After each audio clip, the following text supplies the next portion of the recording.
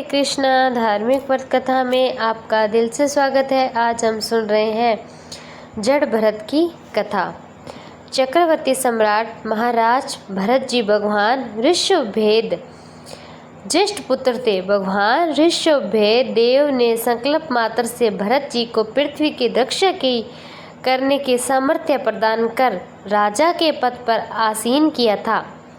भरत जी का विवाह विश्वरूप की कन्या पंचजनी से हुआ।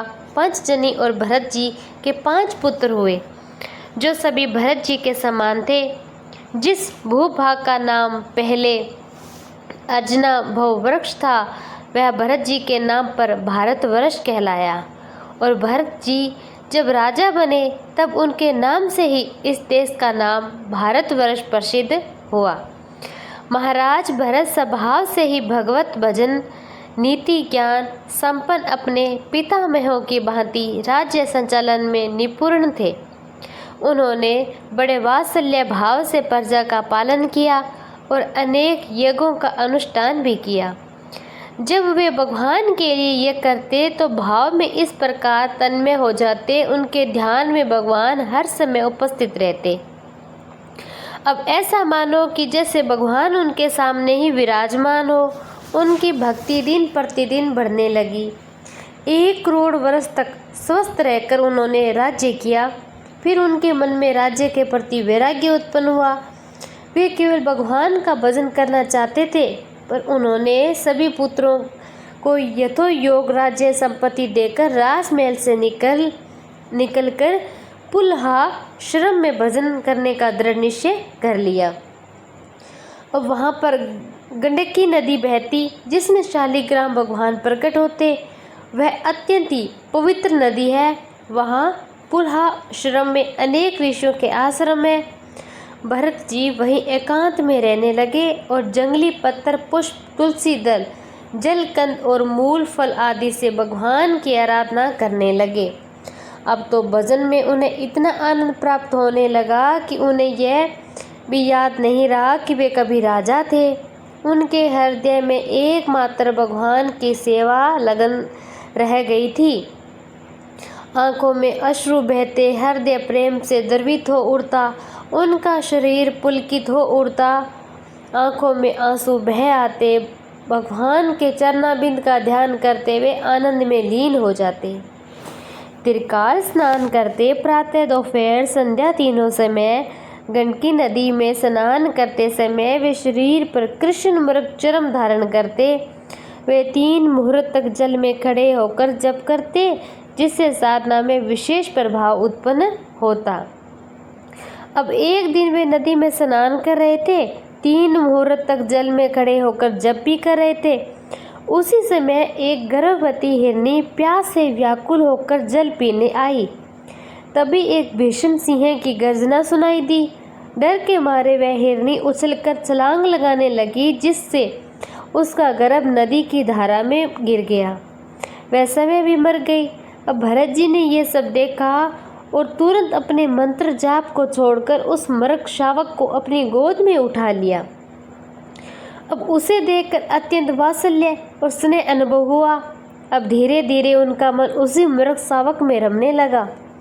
वे उसे गोदी में रखकर सीने से लगाकर चूमते हुए दुलार करते हुए हिरण के शावक के लिए हरी घास लाते, उसे भोजन कराते, हर समय उसके आसपास रहते। अब भगवान का चिंतन, नियम, निष्ठा धीरे धीरे छूटने लगी। तो भरत जी सोचने लगे, यह मुझ पर पूरी तरह निर्भर है।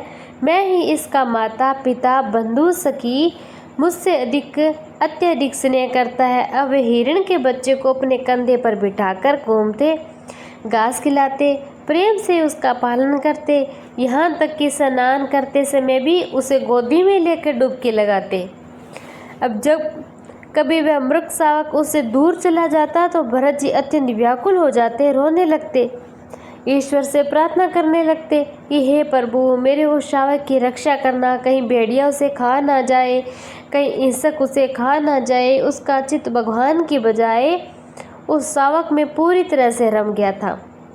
यह अत्यंत आश्चर्य की बात थी, जिसके लिए उन्होंने राज्य, परिवार, पुत्रों और भागों को त्याग दिया था, उसी भगवत जन से अब उनका चित्त हट गया।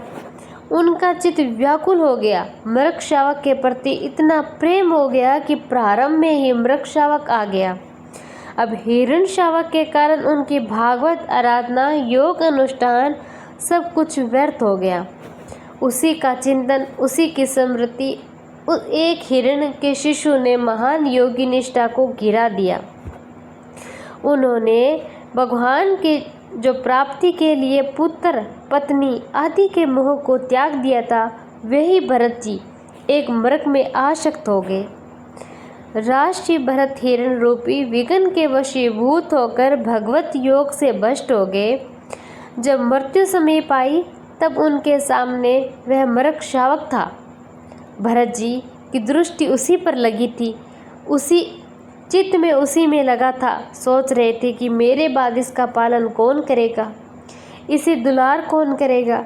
इसकी चिंतन में उन्होंने शरीर त्याग दिया। अब मरने के समय जैसी भावना वैसा ही अगला जन्म। अब भरत जी की मृत्यु एक सामान्य पुरुष जैसी हो गई। उसी भाव के कारण उन्होंने मृग शरीर को प्राप्त किया। भागवत भजन कभी व्यर्थ नहीं जाता, इसीलिए मृग शरीर में भी उन्होंने अपने पूर्व जन्म याद था। उन्होंने बहुत पश्चाताप किया। मैं महाराज भरत जो भागवत आराधना में लीन था, वह एक मृग शिशु की आसक्ति के कारण आज मृग बन गया हूँ। उस पश्चाताप में उन्होंने संकल्प किया कि अब किसी भी वस्तु में आसक्ति नहीं होगी। मृग शरीर में रहते हुए भी वे गंडकी नदी के किनारे भजन करते, सूखी घास खाते, ताकि दोबारा आसक्ति न हो जाए। और एक दिन उस मृग शरीर का परित्याग हुआ। उसी पुण्य के प्रभाव से भरत जी को अगले जन्म में जड़ भरत रूप में मनुष्य शरीर प्राप्त हुआ। अब भरत जी का जन्म एक अत्यंत ही तपस्वी महर्षि के घर हुआ। उसका नाम था जड़ भरत। वे समस्त ब्राह्मण गुणों से संपन्न एक महान कुल में उत्पन्न हुए। महाराज भरत और पूर्व जन्म में मृग देह में थे। इस जन्म में एक ब्रह्मबोध संपन्न महापुरुष के रूप में जन्मे। उन्हें इस जन्म में कोई विशेष अध्ययन की आवश्यकता नहीं पड़ी, क्योंकि मृग देह में ही उनका भजन पूर्ण हो गया था। पशु देह में भजन नहीं होता, किंतु भरत जी ने राष्ट्रीय रूप में जो भजन और परहित के लिए जीवन अर्पण किया था, उसी पुण्य प्रभाव से मृग देह में ही भजन और पूर्व उनकी यादगिरी रह गई। परिणाम स्वरूप इस जन्म में भी उन्होंने पूर्ण याद था कि मैं राष्ट्रीय भरत था, मुझसे एक चूक हो गई थी और मैं मृग बना। अब महर्षि के कुल में मैं जन्मा हूँ। पूर्व जन्म की यादाश्त होने के कारण वे किसी भी विघ्न से बचने हेतु पागल जैसी वृत्ति अपनाते। बाल्यकाल से ही उनका संपूर्ण जीवन भगवती में लीन था। होठ बंद पागलों जैसी चेष्टाएं, बस श्री भगवान के चरणों को याद। सब कुछ ऐसे करते कि कोई उन पर स्नेह न करे, कोई अपनापन न दिखाए। उनके पिता उन्हें अत्यंत प्रेम करते थे, क्योंकि वे जान गए थे कि यह कोई साधारण बालक नहीं है, ब्रह्मबोध संपन्न महापुरुष है। किंतु अन्य लोग उन्हें पागल मानते थे। उनके पिता ने उन्हें बार बार समझाया और व्रत नियम आदि सिखाने का प्रयास किया, पर भरत जी हर उपदेश के विपरीत आचरण करते। क्यों? ताकि न पिता को मुझसे आसक्ति न हो जाए और न मुझे उनसे। गायत्री मंत्र सिखाने का प्रयास किया गया, पर 4 महीने तक उन्हें एक भी छंद याद नहीं हुआ। बसंत, ग्रीष्म, वर्षा हर ऋतु में प्रयास किया गया, किंतु भरत जी पागलों जैसी चेष्टा में लगे रहते। पिता को गहरा दुख हुआ कि मेरा पुत्र पागल है, फिर भी उन्हें यह भी आभास था ये बालक कुल को पवित्र कर देगा।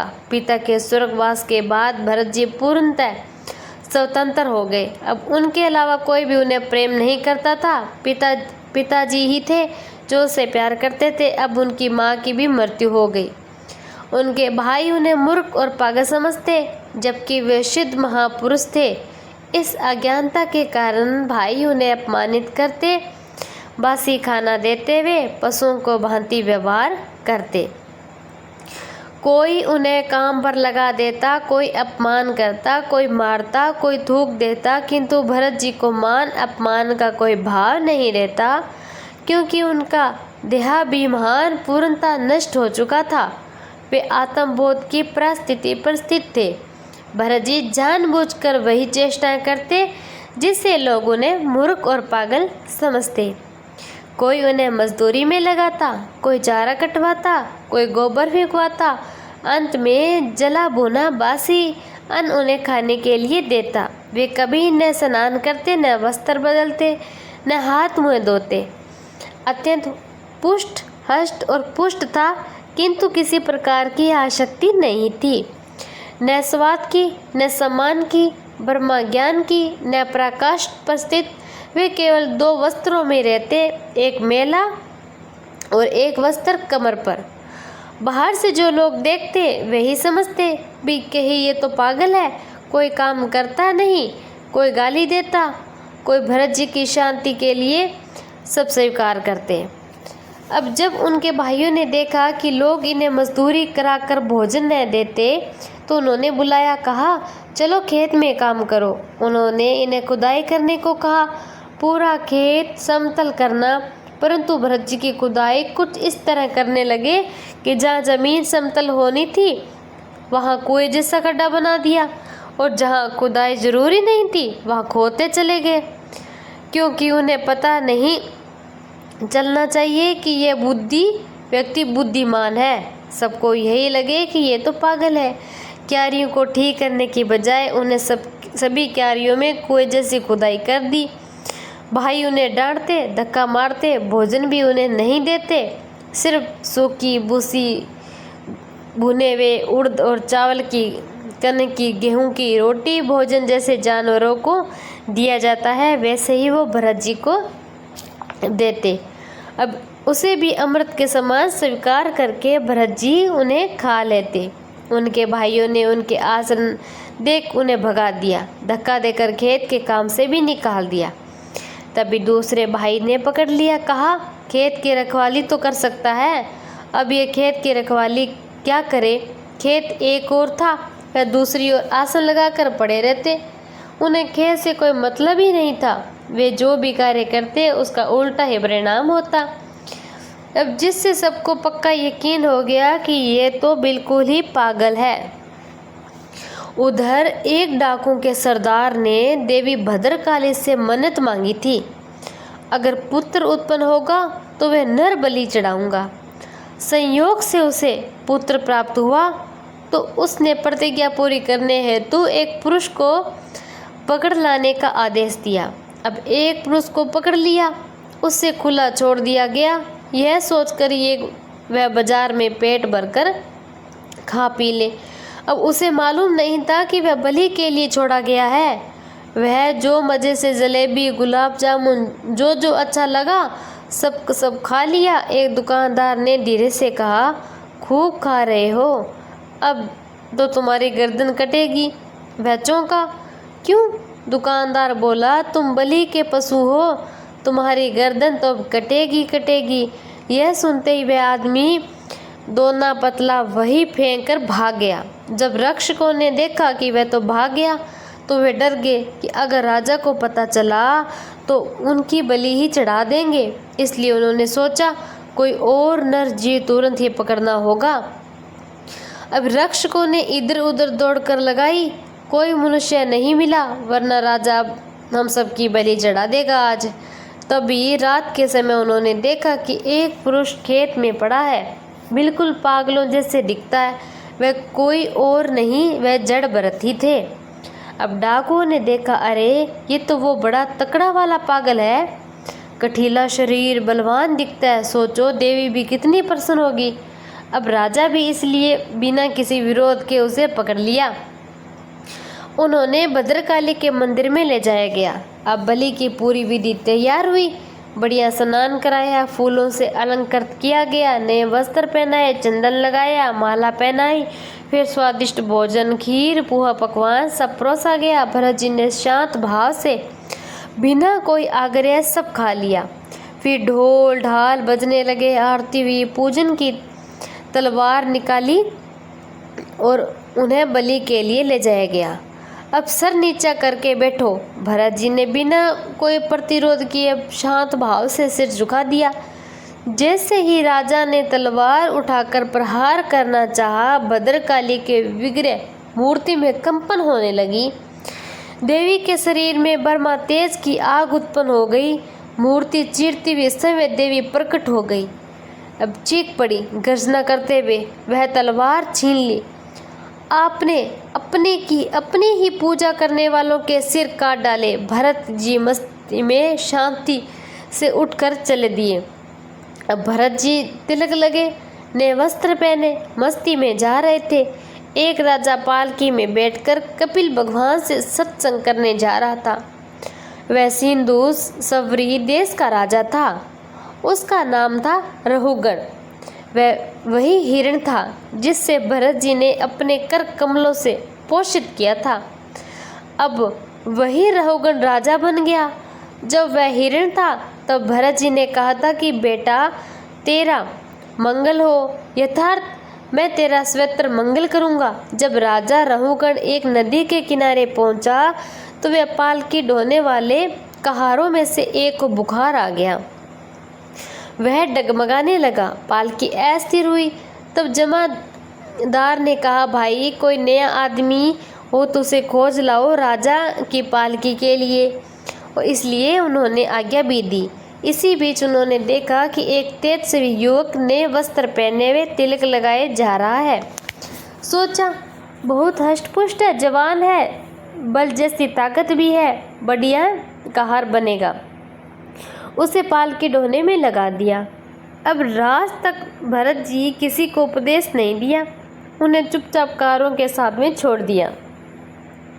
लेकिन भरत जी इस कार्य के योग नहीं थे। वे चुपचाप केवल जमीन की ओर देख रहे थे, ये ध्यान रखते हुए कि कोई जीव उनके पैर तले न आ जाए। बाकी कहार पालकी के अभ्यास में शिक्षित थे। भरत जी इतने बलवान थे, जब वे कदम रोकते तो पालकी 3 कहारों के कदम भी रुक जाते। राजा रहुगण ने कहा, ये क्या प्रमाद है, पालकी डोल क्यों रही है?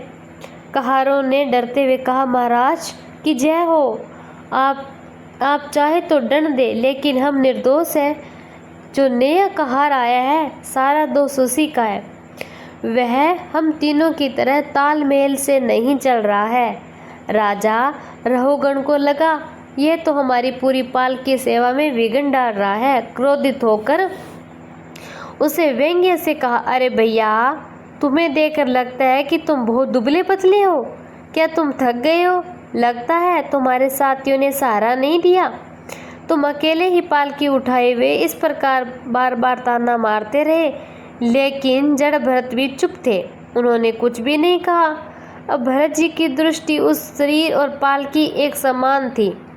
दोनों पंचभूतों से बने हुए थे, दोनों अविद्या के कार्य। बोलने वाला भी अविद्या में लिप्त, इसीलिए कुछ बोले नहीं। लेकिन पालकी अब भी सीधी नहीं चल रही थी। कई चींटियां एक साथ एक पंक्ति में चल रही थी।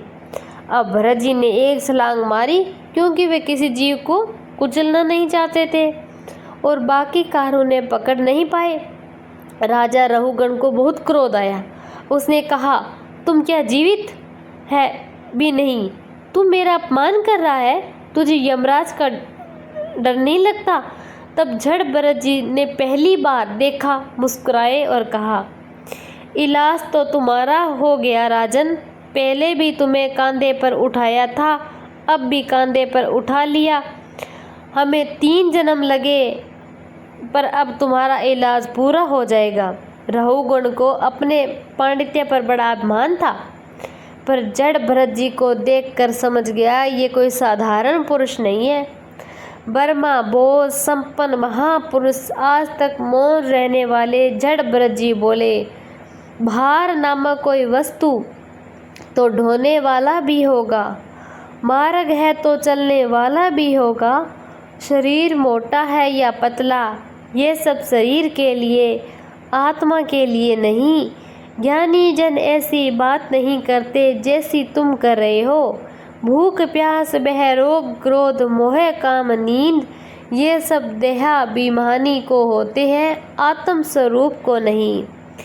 तुम जो कहते हो कि मैं तुझे दंड दूंगा, वह शरीर के लिए, आत्मा के लिए नहीं।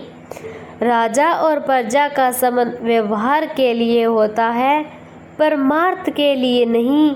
आत्मा में न कोई राजा न कोई प्रजा। यदि तुम स्वामी हो तो मैं सेवक, तो कहो मैं तुम्हारी क्या सेवा करूं। लेकिन यह केवल देह का भ्रम है। यह सुनकर रहुगण के भीतर स्थित अहंकार चूर चूर हो गया। वह पालकी से कूद पड़ा, उन्हें प्रणाम किया। भरत जी को चरणों में सिर झुकाकर हाथ जोड़कर बोला, हे महापुरुष, मुझे क्षमा करना, मैंने आपको नहीं पहचाना। मुझे न तो इंद्र के वज्र से, न भगवान महादेव के त्रिशूल से, न यमराज के दंड से और न ही अग्नि के, सूर्य, चंद्रमा या कुबेर के अस्त्रों से भय लगता, परंतु मैं ब्रह्म ऋषियों के अपमान से अत्यंत डरता हूँ। आपकी वाणी और दृष्टि में जो गंभीरता है उसे पहले मैं समझ नहीं पाया। मैं तो भगवान श्री हरि के अवतार भगवान कपिल देव की सत्संग हेतु जा रहा था। क्या वे ही इस वेश में मुझे उपदेश देने पधारे हैं? आप कौन हो? तो अपने रूप छिपाकर साधु वेश में यहाँ वहाँ घूम रहे हो। हे प्रभु, आपके कुछ वचनों से मुझे संशय हुआ, इसीलिए मैं प्रश्न करता हूँ।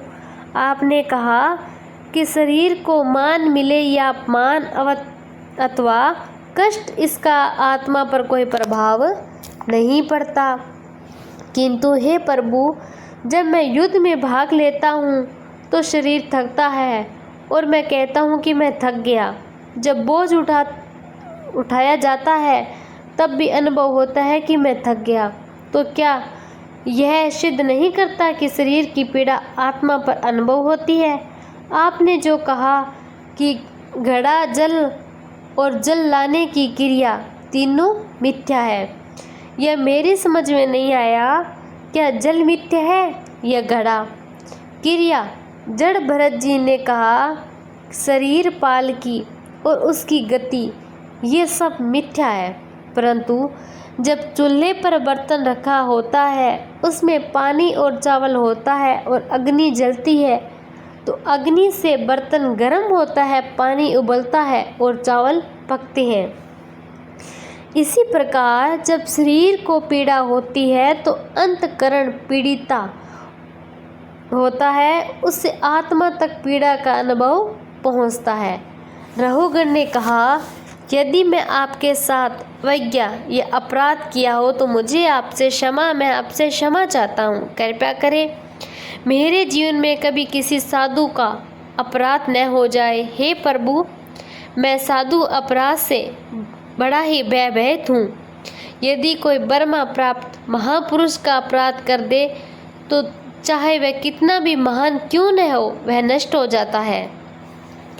तब जड़ भरत जी बोले, हे राजन, तुम अज्ञानी होकर पंडितों जैसी बातें करते हो। तुम्हें आत्मा का ज्ञान नहीं, केवल तर्क वितर्क कर रहे हो। पंडितों जैसी भाषा बोलने से कोई ब्रह्म ज्ञानी नहीं हो जाता। हे राजन, तुम्हारा मन ही तुम्हारा सबसे बड़ा शत्रु है। यह मन आत्मज्ञान के प्रकाश को ढक रहा है।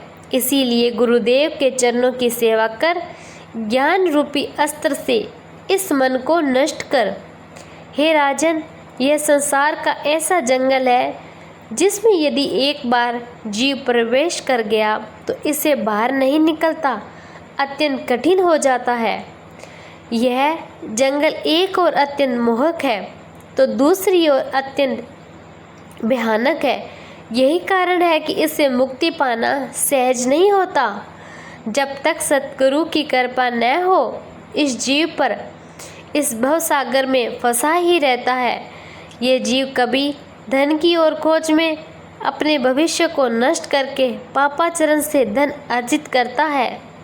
हे रहुगण, इस संसार मार्ग में चलते हुए जीव अनेक क्लेश, विघ्न, बाधाओं और कष्टों से ग्रस्त है, किंतु फिर भी उसे भगवान की याद नहीं आती है। उनका ध्यान केवल भोग, परिवार पोषण, धन अर्जन करने में लगा रहता है। परिवार में यदि कोई मृत्यु भी हो जाए तो संस्कार कर देने के बाद वह शीघ्र ही नवीन जनों की आसक्ति में जड़ लग जाता है। कभी शोक करता, कभी हर्ष में झूमता। जीवन इसी प्रकार शोक, हर्ष, भोग और परिवार में उलझा हुआ बीतता है। यदि दुर्लभ सौभाग्य से उसे साधु संगति मिल भी जाए तो वह वहाँ भी दोष दृष्टि करता है, साधु की बात नहीं मानता है। यह जीव निरंतर संसार की ओर अग्रसर होता है। राजन, जहाँ से इसकी यात्रा प्रारंभ हुई वहाँ आज तक कोई नहीं पहुँचा। इसकी यात्रा परमात्मा से भोग की ओर हुई है, किंतु परमात्मा की ओर अभी तक लौट नहीं पाया। परमात्मा तक वे ही लौट पाते हैं जिन्होंने समस्त वासनाओं का त्याग कर दिया हो। चाहे कोई भी कितने भी बड़े यज्ञों का आयोजन कर ले या युद्ध भूमि में प्राण त्याग दे तो भी परमात्मा को प्राप्त नहीं कर सकता। इसीलिए जो संसार से पार होना चाहते हैं उन्हें अपने पाप पुण्य दोनों कर्मों को भस्म कर देना चाहिए। निरंतर भगवान के भजन में लीन रहना चाहिए। संसार मार्ग में भटकते प्राणी को यदि साधु संगति मिल जाए तो वह भजन नहीं लग सकता, वह नहीं लौट जाता। जहाँ से आया है परम धाम वही हमारा सच्चा घर है। अब महाराज, जड़ भरत जी के उपदेश से राजा रहुगण के अज्ञान की गांठ कट गई, वे परम पद को प्राप्त हुए। ज्ञानी जन कहते हैं कि जैसे कोई मक्खी गरुड़ की तुलना नहीं कर सकती, वैसे ही कोई भी राजा जड़ भरत जी की महानता की तुलना नहीं कर सकता। उन्होंने युवा अवस्था में ही पत्नी, पुत्र आदि का त्याग कर भगवान की साधना की। अपने तीसरे जन्म में भगवत प्राप्त महापुरुष बने। जो भी महाराज भरत जी अथवा जड़ भरत जी की पावन चरित्र श्रद्धा से सुनेगा उसकी अकाल मृत्यु नष्ट हो जाएगी। काल की पकड़ से वे बच पाएंगे, उनका यश फैलेगा और यदि वह भजन करता हुआ भगवान का आश्रय ले तो मोक्ष अथवा प्रेम की प्राप्ति भी कर सकता है। जो भी व्यक्ति इस चरित्र को श्रद्धा भाव से पढ़ेगा, सुनेगा या सुनाएगा, उनकी सभी मनोकामनाएं पूरी होगी। बोलो जड़ भरत जी की जय हो।